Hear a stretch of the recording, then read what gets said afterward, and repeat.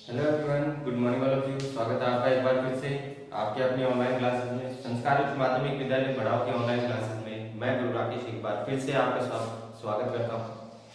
विद्यार्थियों, हमने पिछले वीडियो के अंदर कुछ प्रोसेस के बारे में देखा था कि मेंडल ने अपने जो एक्सपेरिमेंट किए थे उसमें उसने हमें एकल संकरण, द्विसंकरण और त्रिसंकरण के बारे में हमने देखा पिछले वीडियो में। और उसके अलावा जो प्रोसेस थे उसमें हमने बैक क्रॉस, टेस्ट क्रॉस और आउट क्रॉस के बारे में भी देख लिया है। विद्यार्थियों, उसी क्रम में एक तो अपना जो क्रॉस है वो उसमें शेष रह गया था, रेसिप्रोकल क्रॉस जिसको कहा जाता है, जिसको व्युत्पन्न क्रॉस के नाम से जाना जाता है। इस व्युत्पन्न क्रॉस में होता क्या है, ज्यादा इसमें कुछ टिपिकल चीजें नहीं है, सिर्फ इसमें जनकों के स्थान बदले जाते हैं। उस क्रॉस की हम आज चर्चा करेंगे और उसके बाद हम आज का हमारा जो विशेष टॉपिक है वो हमारा रहेगा मेंडल के नियमों के विचलन।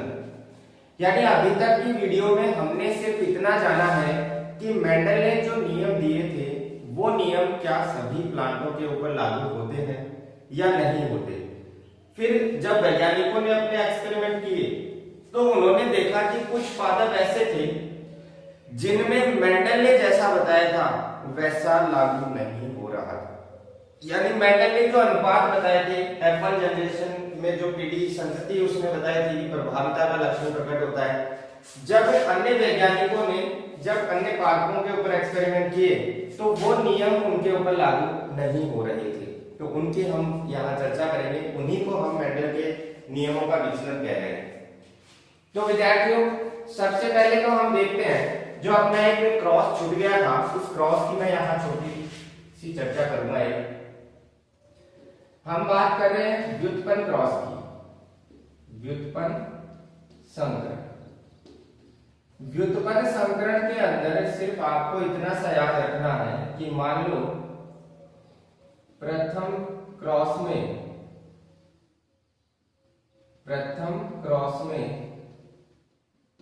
जिसे नर माना गया, दूसरे क्रॉस में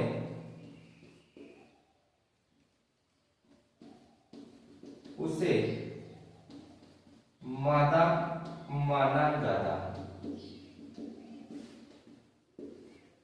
यानी सीधी सी अगर मैं बात करूं तो यहां मैं कह सकता हूं कि इस क्रॉस में जनकों की स्थिति बदल दी जाती है, जनकों की स्थिति बदल दी जाती है। यानी जो जनक आपके पास है, नर और मादा, जिसको आपने माना था पहले क्रॉस में, आप उसको जैसा मान के क्रॉस करवा रहे हो, दूसरे क्रॉस में आपको वैसे का वैसा नहीं मानना है। आपको क्या करना है, पहले क्रॉस में जिसको नर माना था दूसरे क्रॉस में उसको मादा मान लेंगे, यानी एक्सचेंज कर देंगे, नर को मादा से और मादा को नर से।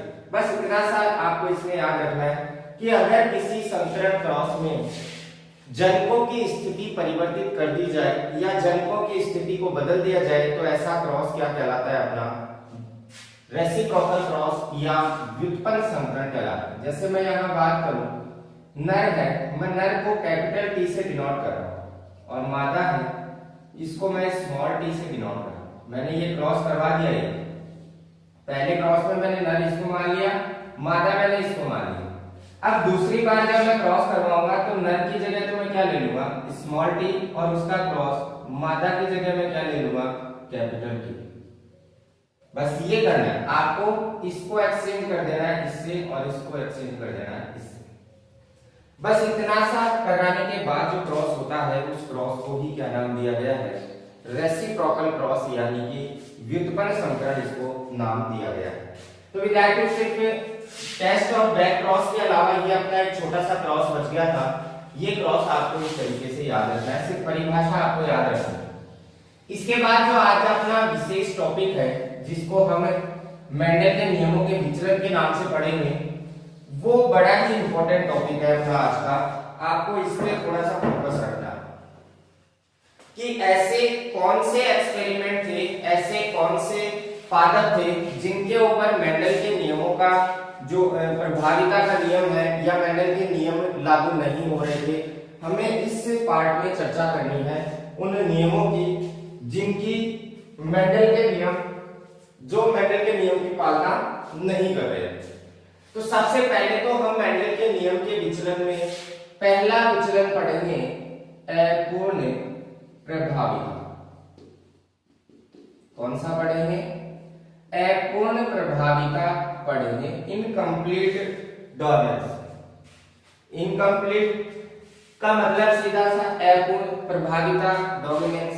इनकम्प्लीट डोमिनेंस की अगर बात की जाए तो आप यहां आसानी से समझ सकते हैं कि मेंडल ने ये कहा था कि आप जनकों के मध्य जब संकरण करवाओगे तो संकरण के दौरान जो आपके पास प्रथम पीढ़ी आएगी उस प्रथम पीढ़ी में आपको सिर्फ और सिर्फ प्रभावी लक्षण प्रकट होंगे। ये मेंडल के नियमों के अंदर हमें बताया गया था। हमने जब एकल संकरण पढ़ा, द्विसंकरण पढ़ा, तो हमने उसमें ये देखा भी था कि हमारे पास F1 पीढ़ी के अंदर सिर्फ और सिर्फ कौन से लक्षण प्रकट हो रहे थे? डोमिनेंट जो कैरेक्टर थे वही लक्षण प्रकट हो रहे थे। लेकिन यहाँ ऐसा नहीं है। यहाँ क्या चेंजेस है, हम उन चेंजेस की बात करेंगे। इससे पहले हम ये देख लेते हैं कि किन पादपों के अंदर ये देखा गया।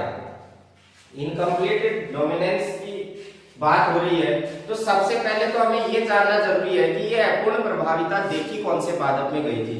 तो आपको यहाँ याद रखना है ये अपूर्ण जो प्रभाविता है ये गुल Abbas 4 o'clock plant, Snapdragon plant और मीराबिलिस, इनमें अपूर्ण प्रभाविता देखी गई थी। इन पादपों के अंदर अपूर्ण प्रभाविता के बारे में हमें बताया गया था कि इन पादपों में मेंडल के नियम जो मेंडल ने बताए थे वो यहाँ इन पादपों के ऊपर लागू नहीं होते। अब इन पादपों पर कौन सा नियम लागू नहीं हो रहा? इन पादपों के ऊपर प्रभाविता का नियम, प्रभाविता का नियम लागू नहीं होता। ये आपको ध्यान रखना। देखो यार सीधी सी बात है, मेंडल ने जैसा कहा था कि F1 जनरेशन के अंदर प्रभावी लक्षण प्रकट होने चाहिए, तो यहाँ भी प्रभावी लक्षण इन पादपों के अंदर प्रकट होने चाहिए थे, लेकिन यहाँ ऐसा नहीं हो रहा। यहाँ क्या हुआ, उसके लिए वैज्ञानिकों ने क्या किया, इन पादपों के अंदर एक तो लिया उन्होंने सफेद फूल वाले पादप, एक तो लिया उन्होंने कौन सा? सफेद फूल वाले पादप, और एक लिया उन्होंने लाल फूल या लाल पुष्प वाले पादप। यहां दो प्रकार के पुष्पों के जो पादप थे उनके मध्य संकरण करवाया गया है, कलर को ध्यान में रखते हुए। सफेद पुष्प वाले जो पादप थे उनका क्रॉस करवाया गया लाल पुष्प वाले पादप से, और सफेद पुष्प को उन्होंने लिखा स्मॉल आर से। यहाँ पर थोड़ा सा इसमें चेंज कर लेते हैं, यहाँ हम कर लेते हैं रेड और यहाँ कर लेते हैं सफेद। कैपिटल स्मॉल के लिए ठीक रहेगा थोड़ा। यहाँ हम कर लेते हैं लाल और यहाँ कर लेते हैं सफेद। यहाँ लाल फूल वालों को उन्होंने डिनोट किया किससे? कैपिटल आर से, और सफेद फूल वालों को उन्होंने डिनोट किया किससे? स्मॉल आर से। इनके मध्य उन्होंने क्या करवाया? क्रॉस। ये क्या बना दिए गए? ये यहाँ बना दिए गए जनक। अब पेरेंट्स आने के बाद हमें क्या करना पड़ता है विद्यार्थियों का? बाकी का सारा जो काम है वो हम मेंडल के नियम के अकॉर्डिंग ही करेंगे। हमने एकल संकरण द्विसंकरण में जैसा किया था हमें यहाँ भी वैसा ही करना है। हमारे पास जनक आ चुके हैं, जनक आने के बाद हम क्या करेंगे? हम इन जनकों से गैमेट बनाएंगे। तो गैमेट हमारे पास बने ये, इससे गैमेट बनाया तो हमारे पास गैमेट बने ये, गैमेट बन गए, यानी ये हमारे पास बन गए क्या? युग्मक। क्या बन चुके हैं? युग्मक बन चुके हैं विद्यार्थियों हमारे पास। अब युग्मक बनने के बाद हमें क्रॉस करवाना है, इसका क्रॉस इसके साथ कैपिटल आर स्मॉल आर, इसका क्रॉस इसके साथ तो कैपिटल आर स्मॉल आर, इसका क्रॉस इसके साथ कैपिटल आर स्मॉल आर, इसका क्रॉस इसके साथ कैपिटल आर स्मॉल आर। ये जनरेशन कौन सी आ गई हमारे पास? F1 PD आ चुकी है। अब विद्यार्थियों आप एकल संकरण को याद कीजिए, आपने एक लक्षण को लेकर जब क्रॉस करवाया था तो आपके पास जो F1 PD के अंदर संतति आई थी वो सारी एक कैपिटल एक स्मॉल एक कैपिटल एक स्मॉल वाली ही आई थी। सेम यहाँ भी एक कैपिटल एक स्मॉल एक कैपिटल एक स्मॉल वाली ही आ रही है, लेकिन अंतर क्या है? अंतर सिर्फ इतना सा है, वहां पर कैपिटल आर या कैपिटल टी वाला जो कैरेक्टर हम ले रहे थे उसके कारण प्लांट कैसा था? उसके कारण प्लांट लंबा था, लेकिन यहां पर चेंज है। ये प्लांट कैसा है? गुलाबी। कैसा प्लांट है? गुलाबी। ये भी कैसा है? गुलाबी। ये भी कैसा है? गुलाबी। और ये भी कैसा है? गुलाबी। यहां आप देख सकते हैं कि हमने कैरेक्टर तो लिया था लाल पुष्प वाला और यहाँ कैरेक्टर लिया था सफेद पुष्प वाले पादप, लेकिन यहाँ हमारे पास तो गुलाबी पुष्प वाले पादप प्राप्त हो रहे हैं, यानी जो संतति है उनके पास जो पुष्प प्राप्त हो रहे हैं वो पुष्प तो हमारे पास गुलाबी कलर के प्राप्त हो रहे हैं, तो यहाँ पर प्रभाविता का नियम नहीं लग रहा। अब ये तो F1 जनरेशन की बात हो गई। जब हम F2 जनरेशन प्राप्त करें तो हम क्या करते हैं? F2 जनरेशन के लिए हम क्या करवा देते हैं? इनमें से कोई भी दो जनक लेकर, यानी कैपिटल आर स्मॉल आर और दूसरी साइड में भी हमने क्या लिया? Capital R small R. ये हमारे लिए क्या हो गए? जनक सेकंड हो गए। क्या करवाया हमने? हमने इनमें सेल्फ क्रॉस करवा दिया। स्व निषेचन की जो क्रिया है वो स्व निषेचन की क्रिया कर दे। अब स्व निषेचन की क्रिया करवा दे तो होगा क्या? हमारे पास जनरेशन जो आएगी वो कौन सी आएगी? F2 जनरेशन आएगी। अब उस F2 जनरेशन के अंदर हमारे पास किस तरीके की संतति प्राप्त होगी वो हमें देखनी है। तो यहाँ हम सबसे पहला काम हमारा वही रहेगा, गैमेट बनाओ कैपिटल आर स्मॉल आर, इसके भी गैमेट बनाओ कैपिटल आर स्मॉल आर। अब क्या करना है? अब क्रॉस करवाना है।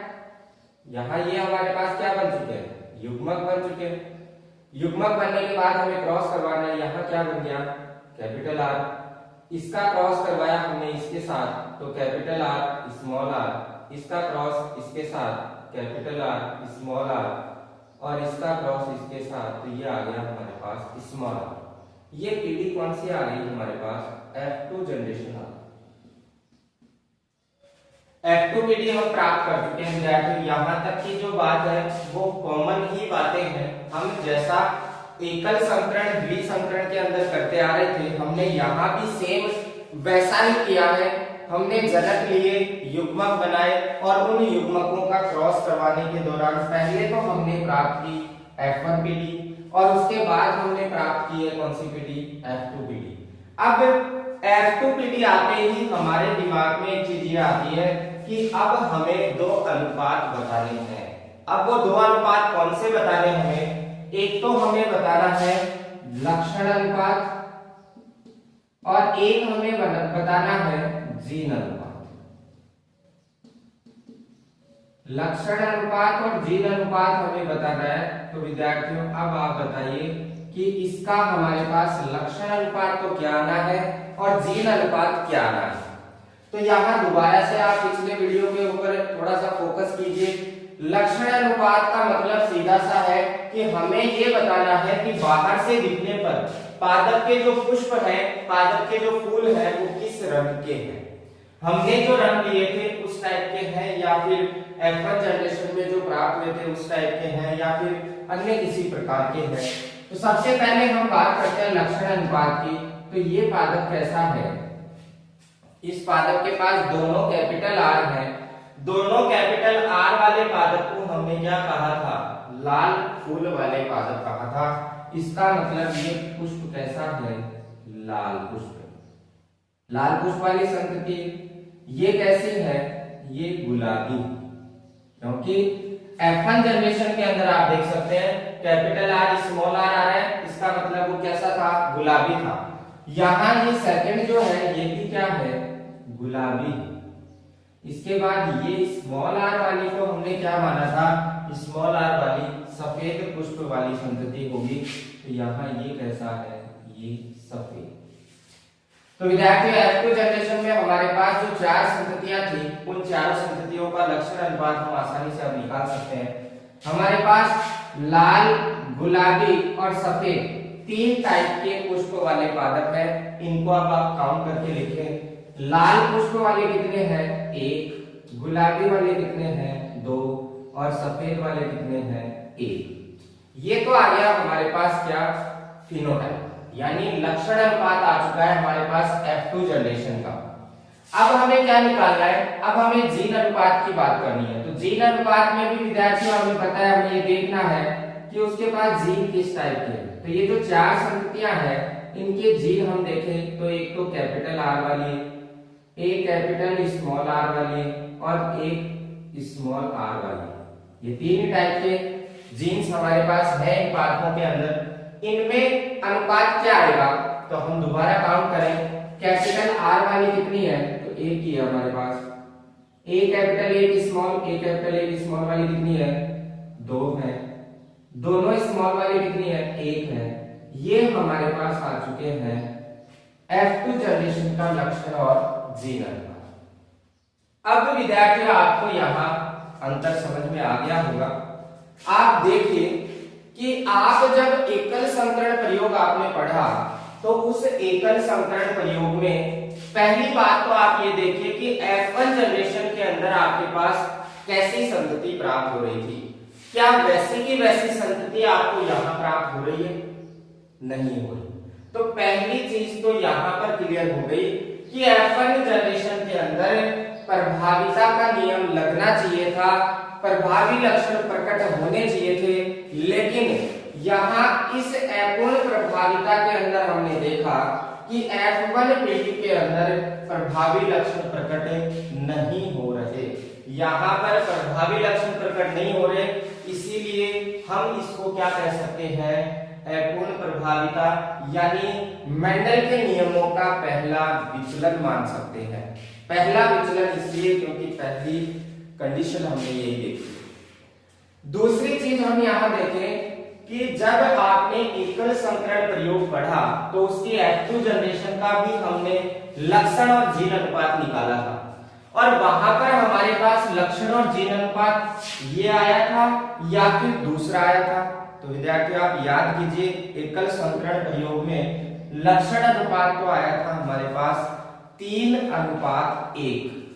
लक्षण अनुपात क्या आया था, 3:1, और जीन अनुपात आया था हमारे पास 1:2:1। तो अब आप यहां भी अंतर कर सकते हैं कि क्या आपके पास एकल संकरण प्रयोग का लक्षण और जीन अनुपात आ रहा है, नहीं आ रहा। यहाँ पर लक्षण अनुपात 1:2:1 आ रहा है, जबकि एकल संकरण में क्या आया था, 3:1 आया था। तो विद्यार्थियों इसे हम मेंडल के नियम का पहला विचलन माने, और पहले विचलन के रूप में हमने क्या देखा, अपूर्ण प्रभाविता देखी कि पहली पीढ़ी में प्रभाविता का नियम लागू नहीं होता। तो विद्यार्थियों ये था अपना मेंडल का पहला विचलन, जिसको हम अपूर्ण प्रभाविता या इनकम्प्लीट डोमिनेंस के नाम से जानते हैं। आपको इसमें याद क्या रखना है, पहली चीज तो ये याद रखनी है कि अपूर्ण प्रभाविता किन पादपों में देखी गई थी। तो आपको इन पादपों के नाम थोड़े से याद रखने हैं। अपूर्ण प्रभाविता में होता क्या है वो आपको आरेख विधि से भी ध्यान रखना है। यहाँ विद्यार्थियों आपको एक चीज और ध्यान रखनी है, ये जो F2 जनरेशन है ये मैंने लीनियर मेथड से आपको बताई है, आप इसको पुनेट स्क्वायर मेथड से भी निकाल सकते हैं। कैसे निकालेंगे, इस इतने इतने की जगह ये जो हमने लीनियर मेथड से बनाया है, इसकी जगह हमें एक काम करना पड़ेगा, सेल्फ क्रॉस तो हमें करवाना ही करवाना है। फिर हमारे पास जो गैमेट है वो कितने थे, हमारे पास गैमेट थे 4 ही तो गैमेट थे हमारे पास। उन 4 गैमेटों को हमें इस तरीके से लिखना है, इधर हम मेल लिख दें और नीचे की साइड में हम फीमेल लिख दें। गैमेट कौन से थे? कैपिटल आर स्मॉल आर, इधर भी gamete capital R small R, cross करवा दो कैपिटल कैपिटल कैपिटल स्मॉल, इसका क्रॉस करवा दो कैपिटल आर स्मॉल आर, इसका क्रॉस करवा दो स्मॉल आर। ये भी आपकी कौन सी जनरेशन है? F2PD है। सेम वही चीजें आपको प्राप्त होनी है, सिर्फ थोड़ा सा पैटर्न चेंज हो गया। यहां ये प्लांट कैसा होगा? लाल, क्योंकि दोनों कैपिटल है। यहां ये पादप कैसा होगा? गुलाबी, ये पादप भी कैसा होगा? गुलाबी, और ये पादप कैसा होगा? सफेद। तो आपके पास रेशियो होगा कोई आना है, लक्षण अनुपात आप निकालोगे तो लाल वाला 1 है, गुलाबी वाले 2 है, सफेद वाला 1 है, तो 1:2:1 ही आएगा। दूसरा जीन अनुपात आप निकालोगे तो कैपिटल आर वाले 1 है, एक कैपिटल 1 स्मॉल वाले 2 है, और दोनों स्मॉल वाले 1 है, तो आपके पास अनुपात सेम का सेम ही आना है। ये मेथड कौन सी हो गई? ये मेथड हो गई पुनेट स्क्वायर मेथड या विधि। तो आपकी बुक के अंदर इस टाइप से दे रखा है, तो आप इस तरीके से भी इसको निकाल सकते हैं, गलत नहीं होगा, आप उस तरीके से भी उसको निकाल सकते हैं, वो भी पैटर्न सही है। तो आपके पास अनुपात एक ही आ रहा है, सेम ही आ रहा है। तो विद्यार्थियों ये तो था अपना मेंडल के नियम का पहला विचलन, एपोन प्रभाविता। उम्मीद करता हूं कि आपको ये जरूर समझ में आया होगा कि एपोन प्रभाविता में एक्चुअल होता क्या है, किस तरीके से क्रॉस करवाया जाता है, और ये मेंडल के नियम का विचलन क्यों माना जाता है। ये चीजें आपको समझ में आई होंगी। इसके बाद नेक्स्ट जो विचलन है वो आएगा अपना सह प्रभाविता, कोडोमिनेंस का, और नाम से हमें पता चल रहा है सह प्रभाविता। सह का मतलब होता है साथ साथ, प्रभाविता का मतलब प्रभाव दिखाना, यानी सह प्रभाविता में सिर्फ इतना सा काम होना है कि इसमें एक युग्म विकल्पी में उपस्थित जो दोनों कारक हैं F1PD के अंदर, वो दोनों के दोनों कारक अपना प्रभाव साथ साथ प्रदर्शित करेंगे, जो कि मेंडल के एकल और द्विसंकरण में नहीं हो रहा था, वो सह प्रभाविता के अंदर होगा। हम सह प्रभाविता का मेंडल के नियम का जो दूसरा विचलन है सह प्रभाविता, उसकी हम चर्चा करेंगे नेक्स्ट वीडियो में। तब तक विद्यार्थियों घर पे रहें, सुरक्षित रहें और कंटिन्यूअसली आप वीडियोस को देखते रहें, क्योंकि विद्यार्थियों ये टॉपिक ऐसा है कि इस टॉपिक में से क्वेश्चन हमेशा हर एग्जाम के अंदर पूछा जाता है। ये टॉपिक इतना इंपॉर्टेंट है और मैक्सिमम मार्क्स का टॉपिक है, तो आप इसको कंटिन्यूअसली वीडियो के माध्यम से समझने का प्रयास करें। अगर आपको कोई डाउट लगता है तो आप प्लीज कमेंट कर दे, कमेंट बॉक्स में जाकर मैं आपके उस कमेंट का जवाब जरूर दूंगा। तब तक के लिए विद्यार्थियों धन्यवाद, घर पे रहें, सुरक्षित रहें।